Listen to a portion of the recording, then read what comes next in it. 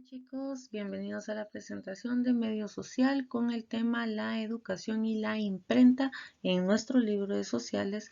Por favor, escucha la diapositiva hasta el final. Recuerda que solo tienes que colocar en este tema el resumen en tu cuaderno. No estamos tocando el libro, solo coloca el resumen de tu cuaderno. De esta manera va a ser menos pesado y vamos a ver de una manera dinámica cada tema. Así que comenzamos. Es un gusto saludarles.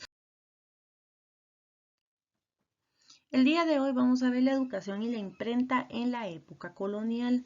La educación estaba a cargo únicamente de la iglesia. Los sacerdotes y las monjas eran quienes impartían esta educación y no todos tenían acceso a ella. Los únicos que tenían acceso a ella eran los estratos más altos de la sociedad.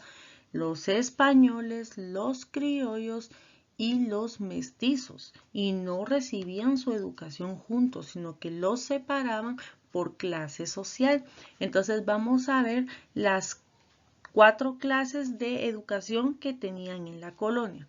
Por ejemplo, la escuela de primeras letras se llamaba a donde le enseñaban a los niños a leer y a escribir y matemáticas. Ellos solo llevaban 3 clases.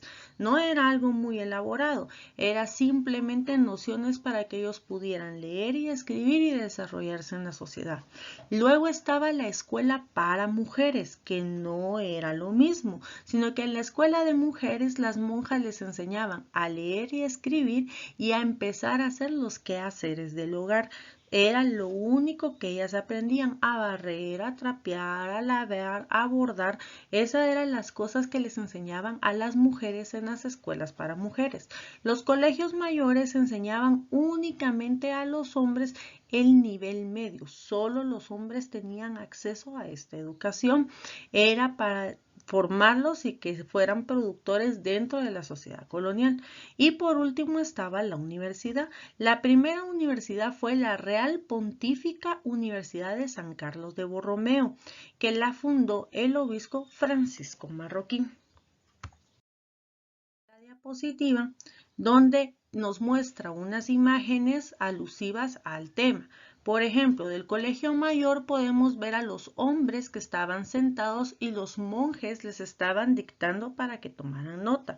En la escuela de mujeres vemos unas monjas que les están enseñando a todas las niñas a bordar y a las artes que en ese momento las mujeres debían de saber. También debían de saber limpiar. Y las escuelas de las primeras letras, que eran los niños, que eran los frailes, los que les enseñaban a hacer las primeras letras, a leer y a escribir y algunas nociones de matemática o de cálculo.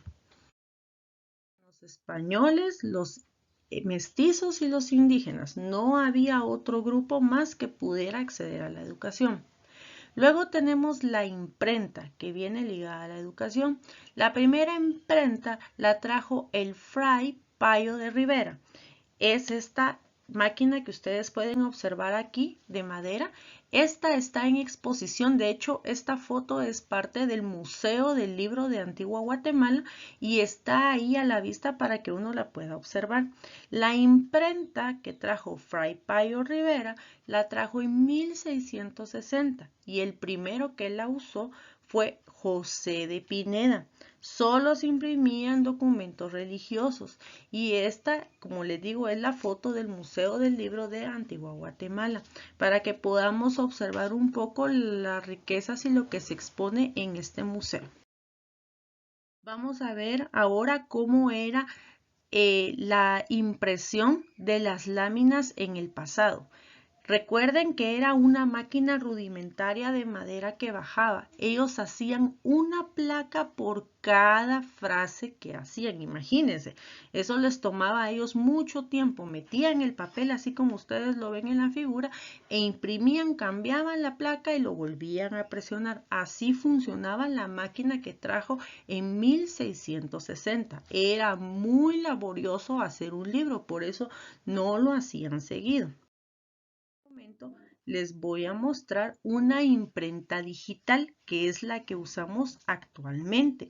En ella solo está el rollo de papel girando y todo esto ya está programado de forma digital y así salen los libros, las revistas, la prensa, incluso los billetes se imprimen de esa forma.